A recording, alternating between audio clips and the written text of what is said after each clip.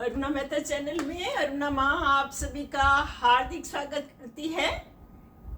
आज जो है शनिवार है, ये इस वर्ष का 2024 का पहला शनिवार है। शनिदेव आप पर कृपा बनाए रखें। और ये जो वर्ष है वैसे भी शनि का वर्ष है, इसका अंक 8 है। टोटल करो 2, फिर 0 छोड़ दिया, 2 + 0 + 2 + 4 तो 8 बन जाता है। ये शनि का अंक है।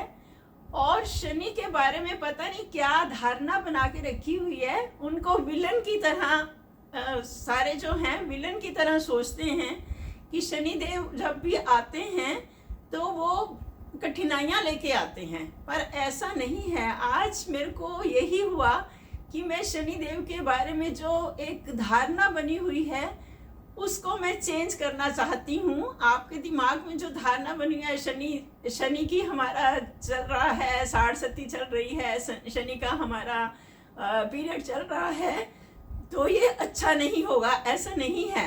ये एक पंडित कह देते हैं शनिवार चल रहा है, आप ये भारी है, ये भारी है, ये भारी है। तो ऐसा ही सोच के सभी के दिमाग में यही रहता है कि शनि की राशि जब आएगी या शनि का पीरियड जो आएगा तो उसमें कुछ ना कुछ खराब होगा, पर ऐसा बिल्कुल भी नहीं है। अभी पीछे मैं व्हाट्सएप देख रही थी, एक उसमें लिखा हुआ था क्योंकि ये शनि का वर्ष है तो आप जब भी डेट डालें तो 2024 की बजाय सिर्फ 24 डालें, 24 डालें। तो वो 24 डालेंगे तो आपके लिए अच्छा होगा। अगर आपके लिए अच्छा है तो वो चाहे 2024 डालें चाहे 24 डालें, अच्छा ही रहेगा। अगर खराब है तो खराब ही रहेगा। ऐसा कुछ नहीं है कि डेट डालने से इतना फर्क पड़ जाएगा। शनिदेव एक बहुत ही अच्छे जो है, बहुत अच्छा ग्रह है जो हमारे पास सुख संपत्ति आती है, समृद्धि आती है। ये शनिदेव की कृपा रहती है तो ही आती है। ये कोई भी नहीं बताता कि आपको सुख समृद्धि जो मिल रही है वो शनिदेव की कृपा से मिल रही है। अगर वो कष्ट देते हैं तो वो समृद्धि भी वही देते हैं। जब आपने नोटिस, अगर आप देखो अपनी राशि में, अपनी कुंडली देखो तो उसमें जब जब भी आपकी समृद्धि, आपके घर में संपन्नता आई होगी तो आपका शनिदेव का ही पीरियड चल रहा होगा, तभी आपके उसमें सुख समृद्धि शांति आई होगी। और ये मुझे अच्छा इसलिए नहीं लगता क्योंकि शनिदेव को क्रूर दिखाया जाता है कि भी वो ऐसा ही करेंगे, दुख देंगे, वो करेंगे। और जो शनिदेव हैं वो जज हैं। जैसा अगर हमने कुछ अच्छे कर्म किए हैं तो हमें बहुत ही अच्छा फल मिलता है उनके, जब उनका पीरियड चल रहा होता है।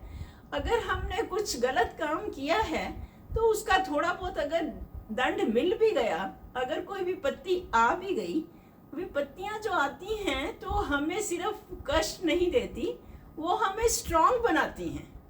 अगर हमारे पास कोई मुसीबत ही नहीं आए, कुछ आएगा ही नहीं, कोई कठिनाई नहीं आएगी तो हम कैसे समझ सकेंगे, उस टाइम को कैसे महसूस कर सकेंगे और कैसे आगे बढ़ सकेंगे।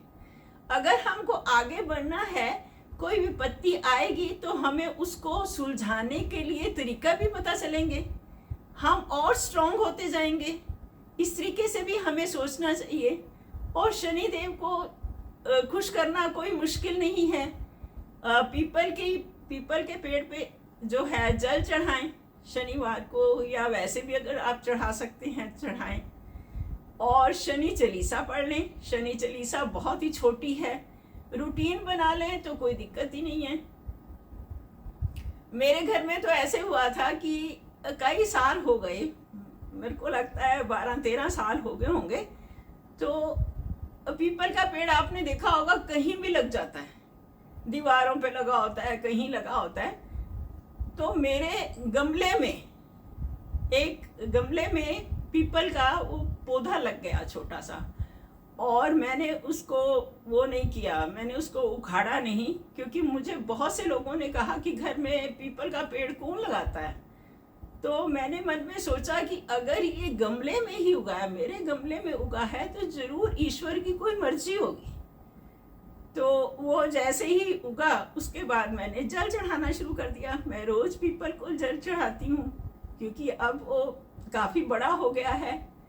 गमले में है, बहुत बड़ा कितना होगा, पर बहुत अच्छा लगता है मुझे। मैं मतलब मेरी एक रूटीन बन गई कि उसको पीपल को जल चढ़ाना है। दीपक तो मैं नहीं जलाती हूँ, मैं बस खाली जल ही चढ़ाती हूँ। सुबह जो मेरा नियम है, जल चढ़ाती हूँ। और उसकी शनिदेव की आप आरती पढ़ें रोज। कुछ दिन तो आपका टाइम ज़्यादा लगेगा, उसके बाद आपको याद हो जाएगी। अगर हम जैसे पेरेंट्स का भी होता है ना, जब हम जो भी बच्चा कहना मानता है पेरेंट्स का, उनकी बात पे चलता है, तो हमेशा पेरेंट्स का ध्यान उस बच्चे की तरफ ज़्यादा रहता है। ऐसे ही अगर हम शनिदेव की स्तुति करते रहेंगे, उनको हर वक्त याद करेंगे, तो वो जो हमारे कष्ट हैं उनको हरेंगे। तो हम ये नियम क्यों नहीं बना लेते? थोड़ा सा अगर आपका चल रहा है ऐसा समय, तो आप ये नियम बना लें, आप आरती करें शनिदेव की। और कुछ नहीं तो एक मंत्र ही बोल रहे हैं, ओम प्राम प्रीम प्रोम शनिचराय नमः, शने नमः। ओम प्राम प्रीम प्रोम शने नमः, ये बोल सकते हैं। श्री शनिचराय नमः, ये बोल सकते हैं। अगर आप वैसे नहीं कर सकते तो सिर्फ मंत्र बोल सकते हैं। मंत्र का ऐसा है ना, एक बार आपको याद हो गया तो आप चलते फिरते उठते बैठते किसी भी टाइम बोल सकते हैं। आरती मत बोलें, उनका मंत्र बोलते जाएं। तो मैं बस यही, मेरा उद्देश्य यही था कि आप उनको बहुत ही अच्छा ग्रह समझें, बुरा मत समझें। शनि देव बहुत ही अच्छे देव हैं और उनकी स्तुति करें। तो मुझे ये भी याद है कि एक टाइम ऐसा था, मेरी भी शनि की राशि चल रही, मेरी भी शनि का वो चल रहा था, शनि का काल चल रहा था, हस्बैंड का भी वही चल रहा था, बेटी का भी वही चल रहा था। तो ये नहीं है, उस टाइम घर में बहुत संपन्नता आई। ठीक है, थोड़ी सी विपत्ति भी आई, पर संपन्नता भी आई। इससे हम क्यों उसको नेगेटिव क्यों देखें? हम पॉजिटिव देखें। उसमें हर चीज़ में हमें पॉजिटिव देखना चाहिए।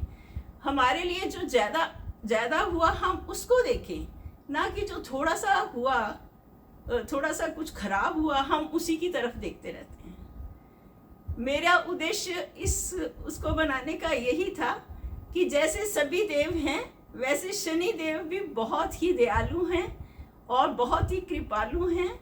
वो आपके ऊपर पूरी कृपा बनाए रखें और आप उनसे डरे नहीं, उनकी पूजा करें, उनकी स्तुति करें और अपना निश्चिंत होकर अपने कर्म करते जाएं आप, तो आपको कोई प्रॉब्लम नहीं आने वाली है। और मैं शनिदेव से प्रार्थना करती हूँ कि सभी पर कृपा दृष्टि बनाई रखें अपनी, और आप भी उनके लिए एक अच्छी भावना लेके चलें और उनकी स्तुति करें। अब मैं वाणी को विराम देती हूँ। अगर आपको मेरी ये वीडियो पसंद आई है तो लाइक करें, शेयर करें और सब्सक्राइब करना बिल्कुल भी मत भूलें। सब्सक्राइब करना फ्री है। अगली वीडियो में फिर मिलते हैं। आपका दिन शुभ हो।